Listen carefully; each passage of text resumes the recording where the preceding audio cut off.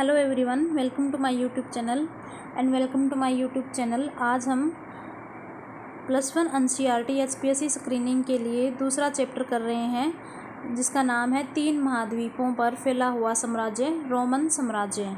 तो पहला क्वेश्चन इसमें दे रखा है कि निम्नलिखित में से 3 महाद्वीपों पर फैला हुआ साम्राज्य था, तो वो था रोमन साम्राज्य। नेक्स्ट है, रोम नगर की स्थापना कब मानी जाती है? 753 ईस्वी पूर्व में मानी जाती है। नेक्स्ट है कि रोमन साम्राज्य का प्रतिद्वंदी साम्राज्य कौन था? तो प्रतिद्वंदी साम्राज्य था फारसी साम्राज्य। नेक्स्ट है, यूरोप में महाद्वीप को अफ्रीका के महाद्वीप से पृथक करने वाला सागर है, ये भूमध्य सागर है। यूरोप के महाद्वीप को अफ्रीका के महाद्वीप से अलग करने वाला सागर है भूमध्य सागर। नेक्स्ट है, उत्तर में रोमन साम्राज्य की सीमा बनाने वाला राइन और डेन्यूब की महानदियाँ थी। रोम में गणतंत्र के ज़माने में सबसे शक्तिशाली संस्था कौन सी थी? सीनेट थी। नेक्स्ट है, रोम साम्राज्य में पूर्वी क्षेत्रों में उच्च वर्गों की प्रमुख भाषा कौन सी थी? तो ग्रीक थी। पूर्वी क्षेत्रों में उच्च वर्गों की प्रमुख भाषा कौन सी थी? ग्रीक। नेक्स्ट है कि सीजर की हत्या के पश्चात, सीजर की हत्या के षड्यंत्र में सीनेट और उसके सहयोगी थे कैसियस और ब्रूटस शामिल थे। तो जूलियस सीजर है, इसकी हत्या जो है वो कब की गई थी? तो इसकी हत्या की गई थी 44 ईस्वी पूर्व में। नेक्स्ट है, रोम का प्रथम सम्राट कौन था? तो वो था ऑगस्टस। नेक्स्ट है कि किस रोमन सम्राट के काल में रोमन शांति यानी कि पैक्स रोमाना का काल कहा या फिर शुरू होता है? तो ऑगस्टस के काल में शुरू होता है।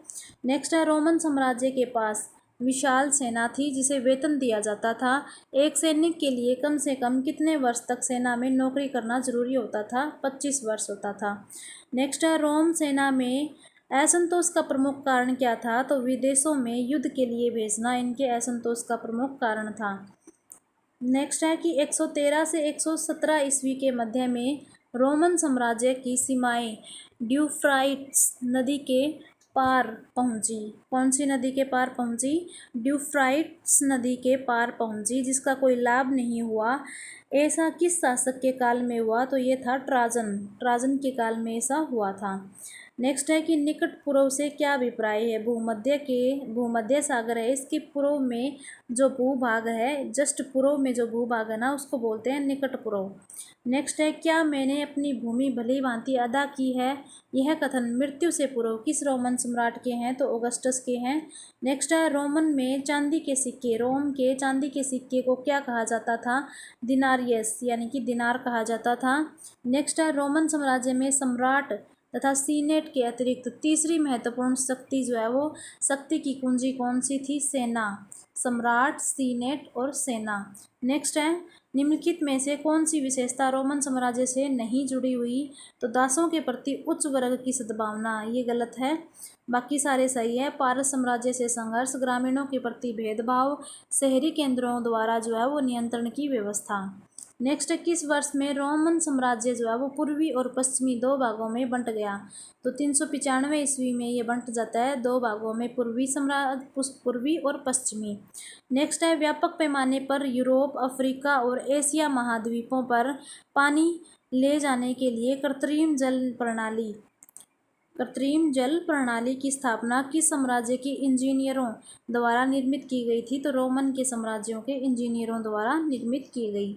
नेक्स्ट है, निम्नलिखित में से रोमन साम्राज्य के काल में किसी शहरी केंद्र की विशेषता बताइए? तो मजिस्ट्रेट, सिटी काउंसिल। तीसरे नंबर पे है निश्चित ग्राम क्षेत्र, तो उपरोक्त सभी आ जाएगा इसका आंसर। नेक्स्ट है, ईरान की किस सम्राट के द्वारा 60,000 रोमन सेना को खत्म करने का दावा किया गया? तो शाहपुर प्रथम ने कहा था भी 60,000 रोमन सेना को खत्म करने का दावा किया था इसने।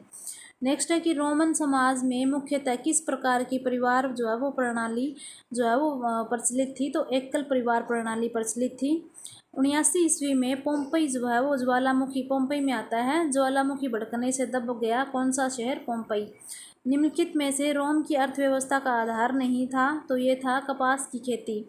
खाने थी, बंदरगाह थी, जैतून के तेल की फैक्ट्रियाँ थी, कपास की खेती नहीं थी, ये आधार नहीं था इनकी अर्थव्यवस्था का। ड्रेसल 20 है, इनमें जो है वो पात्रों में भरकर कहाँ जैतून का तेल जो है वो ले जाया जाता था? तो ये स्पेन नेक्स्ट है कि निवासियों द्वारा भूमि की प्रत्येक इंच खेती की जाती थी। भूमि की प्रत्येक इंच खेती की जाती थी। इतिहासकार जोसेफस द्वारा यह उक्ति रोमन साम्राज्य के किस क्षेत्र के बारे में कहा गया है? गैलीली। यहाँ पे ये गहन कृषि होती थी यहाँ पे, इसलिए इसको कहा गया गहन कृषि के लिए गैलीली को कहा गया। ये स्टेटमेंट जो जोसेफस ने दी है, इतिहासकार जोसेफस। रोमन समाज के सम्भ्रांत यानी कि अपर क्लास के लोग दास के प्रति बुरा बर्ताव करते थे। नीरो के काल में दासों ने बगावत कर दी। इस घटना की जानकारी देने वाला इतिहासकार कौन था?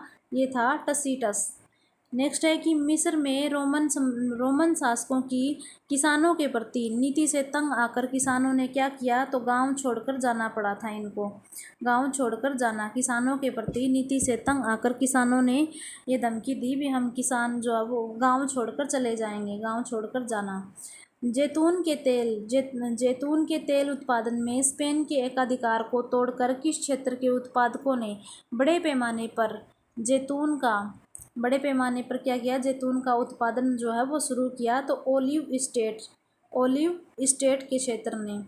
फिर है तीसरी सदी तक सीनेट में सबसे अधिक सदस्य किस प्रदेश के होते थे? तो इटली से होते थे। तीसरी सदी तक सीनेट में सबसे अधिक सदस्य इटली से होते थे। रोम के किस सम्राट के युग को स्वर्ण युग माना जाता है? तो ऑगस्टस सीजर के काल को माना जाता है। ऑगस्टस युग के महान कवि वर्जिल 70 ईस्वी पूर्व से 19 ईस्वी पूर्व की सबसे प्रसिद्ध रचना कौन सी है? वर्जिल की। ये एनिड है इसकी रचना का नाम। नेक्स्ट है रोमन समाज में बुद्धि की देवी मिनर्वा थी, जिसको सरस्वती की देवी भी बोलते हैं, मिनर्वा सरस्वती। यूनान के देवताओं के मंदिर जो है वो रोम में भी बनाए गए। 431 ईस्वी में निम्नलिखित में से किस देवता का मंदिर बनाया गया? अपोलो का मंदिर। फ्रांस में रोम व सेन नदियाँ, रोन है ये, रोन व सेन नदियों के संगम पर रोमा व ऑगस्टस के मंदिर जो है वो कब बनवाए गए? 12 ईस्वी पूर्व में बनवाए गए थे। फ्रांस में रोन और सेन नदियों के संगम पे रोमा और ऑगस्टस के मंदिर कब बनवाए गए? 12 ईस्वी पूर्व में। नेक्स्ट है कि रोम के शासकों का जो राज्य चिन्ह था वो क्या था? तो इनके राज्य चिन्ह था सूर्य। नेक्स्ट है ईसाई धर्म को राजधर्म का दर्जा जो है वो किस शासक ने दिया? थियोडोसियस प्रथम ने इसका जो है वो ईसाई धर्म को राजधर्म का दर्जा जो है वो थियोडोसियस प्रथम ने दिया। नेक्स्ट है किस रोमन सम्राट ने सर्वोच्च पादरी और सम्राट की उपाधि धारण की? जस्टिनियन ने सर्वोच्च पादरी और सम्राट की उपाधि धारण की। रोम के महाकवि के नाम से कौन जाने जाते हैं? वर्जिल। और इनकी रचना कौन थी? कौन सी थी? अभी पढ़ा हमने, एनिड थी। नेक्स्ट है कि डे एग्रीकल्चर नामक ग्रंथ के लेखक कौन है? केटो, जिसका अर्थ होता है वृष्ट। केटो ने ये ग्रंथ लिखा है, इसका नाम है द एग्रीकल्चर, डे एग्रीकल्चर है ये। नेक्स्ट है रोम का इतिहासकार जिसने रोम के आरंभ से 9वीं ईस्वी तक का इतिहास लिखा, तो उसका नाम है टाइटस लिवी। रोमन कला पर सबसे अधिक प्रभाव किस कला का मिलता है? यूनानी कला का इस पे सबसे अधिक अधिकार मिलता है। फिर है रोम में 60,000 दर्शकों के बैठने के लिए कोलासियम का निर्माण जो है वो कब हुआ? 79 ईस्वी में इसका जो है वो होता है कोलासियम का निर्माण। नेक्स्ट है सोलिडस नामक एक सोने का सिक्का था। सोने का सिक्का है वो कंस्टेंटाइन ने जारी किया, तो कंस्टेंटाइन ने 310 ईस्वी में इस सिक्के को जारी किया था। कस्तुनतुनिया की स्थापना कब होती है? 324 ईस्वी में कस्तुनतुनिया की स्थापना होती है। जूलियस सीजर ने मंगोल देवता का प्रसिद्ध मंदिर कहाँ बनवाया? फोरम में बनवाया था जूलियस सीजर ने। रोमन कानूनों के प्रथम संग्रह को क्या कहा जाता है? 12 तख्तियों का कानून कहा जाता है। नेक्स्ट है सौर पंचांग के 7वें महीने का नाम जुलाई जुलाई महीना है, ये किस रोमन शासक के नाम पे है? जूलियस सीजर के नाम पे। जुपिटर किसका देवता था? जुपिटर आकाश और ऋतु का देवता था। नेक्स्ट है त्रिकोण का आविष्कार किया टोलेमी ने किया था। नेक्स्ट है स्टोइक दर्शन का जन्मदाता जीनो। स्टोइक दर्शन का जन्मदाता किसको माना जाता है? जीनो को माना जाता है। नेक्स्ट है डिबेलो गेलिको यानी कि गाल का युद्ध, तथा डिबोलो सिविली यानी कि गृह युद्ध नामक पुस्तकों की रचयिता जो है वो कौन है? ये जूलियस सीजर है। इन पुस्तकों का रचयिता कौन है? Julius Caesar. सिलिकुआ क्या है? ये एक चांदी की मुद्रा है सिलिकुआ। नेक्स्ट है, रोम में बढ़िया प्रकार के सूती वस्त्र व मसाले आयात होते थे, भारत से होते थे। लेटिन भाषा में प्रिसेप्स जो है वो इसका अर्थ क्या होता है? प्रभुत्व, नागरिक होता है। रोम में मोंटी टेस्टेमियो स्थल से एम्फोरा नामक मटके, शराब, जैतून का तेल, अन्य तरल पदार्थ को बढ़ने के लिए एम्फोरा नामक मटके हैं, इनका यूज़ होता था। इनके टूटे हुए टुकड़े मिले हैं। ये टुकड़े लगभग कितने टूटे मटकों के अवशेष माने गए हैं? तो 5 करोड़ मटकों के। फिर है, रोम में किस कानून के तहत कामगारों को दागा जाता था? यदि वे भागने और छिपने की कोशिश करें तो उन्हें पहचाना जा सके, इसलिए दागा जाता था। तो वो 398 का कानून कहा जाता है, 398 का कानून। दासों के सबसे बड़े विद्रोह में लगभग 70,000 दासों ने भाग लिया था। 173 ईस्वी पूर्व में हुए इस विद्रोह का नेता जो है वो स्पार्टस था। दासों के सबसे बड़े विद्रोह में लगभग कितने? 70,000 दासों ने भाग लिया। 173 ईस्वी पूर्व में इस विद्रोह का नेता कौन था? तो स्पार्टस था। रोम का अभिजात वर्ग था पेट्रीशियन। कौन सा था? पेट्रीशियन। रोम साम्राज्य की दक्षिणी सीमा पर क्या स्थित था? सहारा रेगिस्तान। रोम साम्राज्य की जो प्रशासनिक भाषा थी वो लैटिन थी, यूनानी थी। रोम सम्राट ऑगस्टस को प्रथम नागरिक कहे जाने का उद्देश्य जो है वो सम्मान प्रदान करता है। क्या सम्मान? सीनेट के प्रति सम्मान प्रदान करता है। बलात् भर्ती वाली सेना थी, ये फारस की थी। बलात् भर्ती वाली सेना फारस की। रोम के प्रत्येक सैनिकों को वेतन दिया जाता था, ये बात दर्शाती है उपरोक्त में से कोई नहीं। रोम के प्रत्येक सैनिकों को वेतन दिया जाता था। ये तो न तो सेना के व्यवसायीकरण को, न ही अनिवार्य सैनिक सेवा को, न ही सम्राट के प्रति निष्ठा को, किसी को नहीं दर्शाती। तो इसका आंसर आएगा उपरोक्त में से कोई नहीं।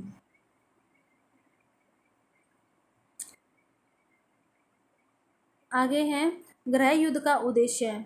नेक्स्ट है, गृह युद्ध का उद्देश्य क्या है? तो सत्ता हथियाना इसका उद्देश्य था।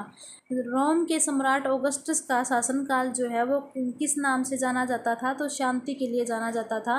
दिनारियस नामक सिक्के में शुद्ध चांदी होती थी। कितनी होती थी? 4.5 ग्राम जो है वो शुद्ध चांदी होती थी। कितनी? 4.5 ग्राम। नेक्स्ट है, रोम की साम्राज्यिक प्रणाली का मूल आधार क्या था? तो ये थे बड़े बड़े शहर। नेक्स्ट है, रोम साम्राज्य के संदर्भ में नगर एक ऐसा शहरी क्षेत्र था जिसमें क्या शामिल था? अपने ही मजिस्ट्रेट, नगर परिषद, एक निश्चित राज्य क्षेत्र शामिल था। नेक्स्ट है कि ईरान में सार्वजनिक स्नान का विरोध किसने किया? तो पुरोहित वर्ग ने सार्वजनिक स्नान का विरोध किया ईरान में पुरोहित वर्ग ने सार्वजनिक स्नान का विरोध जो है वो इस आधार पर किया कि इससे जल अपवित्र होता है। इससे क्या है? जल अपवित्र होता है। नेक्स्ट है, रोम साम्राज्य की घनी आबादी वाला जो प्रदेश था वो कौन सा था? कैंपेनिया था इटली का, सिसिली था, मिस्र का जो फेट्यूम और गैलीली वाला एरिया था। तो उपरोक्त सभी इसका आंसर आ जाएगा। कैंपेनिया और सिसिली ये इटली के थे, और मिस्र के जो फेट्यूम और गैलीली वाले एरिए थे, जो घनी आबादी वाले एरिए थे। फिर चरावाहों द्वारा ऋतुओं के अनुसार अपने पशुओं के साथ स्थान बदलना क्या कहलाता था? ऋतु प्रवास कहलाता था। रोम साम्राज्य में जल शक्ति का सबसे बड़े पैमाने पर प्रयोग होता था, भूमध्य सागरीय क्षेत्रों में होता था। कहाँ पे होता था? भूमध्य सागरीय क्षेत्रों में होता था। नेक्स्ट है, रोम साम्राज्य में सोने चांदी की खानों की खुदाई में जिस शक्ति का बड़े पैमाने पर प्रयोग होता था वो होता था जल शक्ति का। नेक्स्ट है कि दास प्रजनन रोम का उद्देश्य क्या था? दास प्रजनन का उद्देश्य था अधिक से अधिक दास प्राप्त करना। नेक्स्ट है, रोम में अधिक महंगा श्रम था, दास श्रम ही सबसे ज़्यादा महंगा था। फिर है कि रोम के लोग अपने श्रमिकों पर नियंत्रण रखने के लिए निम्न ढंग अपनाते थे। तो वो दागा जाता था, जंजीरों में बांध के रखा जाता था, ऋण संविदा के रूप में करार किया जाता था। तो उपरोक्त सभी इसका आएगा आंसर। नेक्स्ट है, रोमन सीनेटरों तथा नाइट वर्ग असमानता दर्शाने वाले बिंदु है। ये कई नाइट है ये जहाज़ों के स्वामी थे, कई नाइट व्यापारी थे, कई नाइट है वे साहूकार थे, इसलिए क्या है ये असमानता दर्शाने वाले बिंदु हैं। तो उपरोक्त सभी इसका आंसर आएगा। नेक्स्ट है, रोमन सरकार ने चांदी के सिक्कों के स्थान पे जिस धातु के सिक्के चलाए वो थे सोना। फिर है ईसाई धर्म रोमन साम्राज्य का राज धर्म जो है वो बना चौथी शताब्दी में बना था, चौथी शताब्दी ईस्वी में, चौथी शताब्दी में। नेक्स्ट है, रोम उत्तर राज्य जिस मूल के लोगों ने स्थापित किया वो थे जर्मन मूल के लोगों ने। रोमोत्तर राज्य की जो स्थापना है ये 540 के दशक में होती है। निम्न लेखक की रचना से जो है वो रोम के लोगों का अपने कामगारों के प्रति व्यवहार का पता चलता है। रोम के लोगों का अपने कामगारों के प्रति व्यवहार का पता चलता है। तो ये कोलुमेला, ऑगस्टीन और वृष्ट प्लिनी के जो है वो रचना से पता चलता है। कोलुमेला, ऑगस्टीन और प्लिनी। नेक्स्ट है, रोम तथा ईरान द्वारा आपस में बांटे गए अधिकांश भाग को चीनी लोग क्या कहा जाता था? चीनी लोग कहते थे ताचिन। रोम तथा ईरान द्वारा आपस में बांटे गए अधिकांश भाग को चीनी लोग क्या कहते थे? ताचिन कहते थे। नेक्स्ट है कि चीनी लोगों का ताचिन से क्या अभिप्राय है? उत्तर चीन या पश्चिम। नेक्स्ट है कि रोम साम्राज्य को पूर्ववर्ती और परवर्ती चरणों में जो है वो विभाजित करने वाली शताब्दी है तीसरी शताब्दी में इनको बांटा गया था। रोम में सबसे बुरे सम्राट वे माने जाते थे जिनका निम्न के प्रति जो है वो व्यवहार शत्रुतापूर्ण होता था। तो ये होता था सीनेट। नेक्स्ट है, मिस्र में साक्षरता के बारे में बताने वाले औपचारिक दस्तावेज संविदा पत्र लिखे हुए पाए गए हैं। तो वो पेपायरस पे पाए गए हैं। छठी शताब्दी में जस्टिनियन के शासनकाल में मिस्र से रोम साम्राज्य को करों के रूप में प्राप्त करने वाली वार्षिक धनराशि कितनी थी? 25 लाख सोलिडस थी। रोमन लोग हैं ये निम्नलिखित में से किस देवी या देवता की पूजा करते थे? तो जुपिटर की, मिनर्वा की, जुनो की, तीनों की पूजा ये करते थे। नेक्स्ट है, रोमन लोगों का जो है वो पूज्य देवी या देवता जो है वो कौन सा नहीं था? इनन्ना नहीं थी, क्योंकि ये तो उसमें थी इनन्ना मेसोपोटामिया में। यहाँ पे मोर्स आएगा और मिनर्वा, ये दोनों ही थी। फिर है, 7वीं शताब्दी के दौरान प्रारंभिक शासकों में 7वीं शताब्दी के प्रारंभिक दशकों में रोम साम्राज्य जो है वो निम्न में से किस नाम से जाना जाता था? बाइजेंटियम। जो 7वीं शताब्दी थे इसके प्रारंभिक दशकों में रोम साम्राज्य जो है वो बाइजेंटियम जो है वो नाम से जाना जाता था। आगे है, 642 ईस्वी तक रोम जो पूर्वी रोमन है तथा ससानी है दोनों राज्यों के बड़े बड़े भाग जो है वो निम्न जाति के अधिकार में आ गए थे। तो ये आएगा अरब। रोम का वह विशाल भवन जहाँ तलवारिये जंगली जानवरों का मुकाबला करते थे ये कोलासियम कहलाता था। तो ये हो गया अपना रोम का चैप्टर कंप्लीट। इसके छोटे एमसीक्यू कल हम नेक्स्ट चैप्टर करेंगे। अगर वीडियो अच्छी लगे तो लाइक शेयर एंड सब्सक्राइब जरूर करें। धन्यवाद। जय श्री कृष्णा।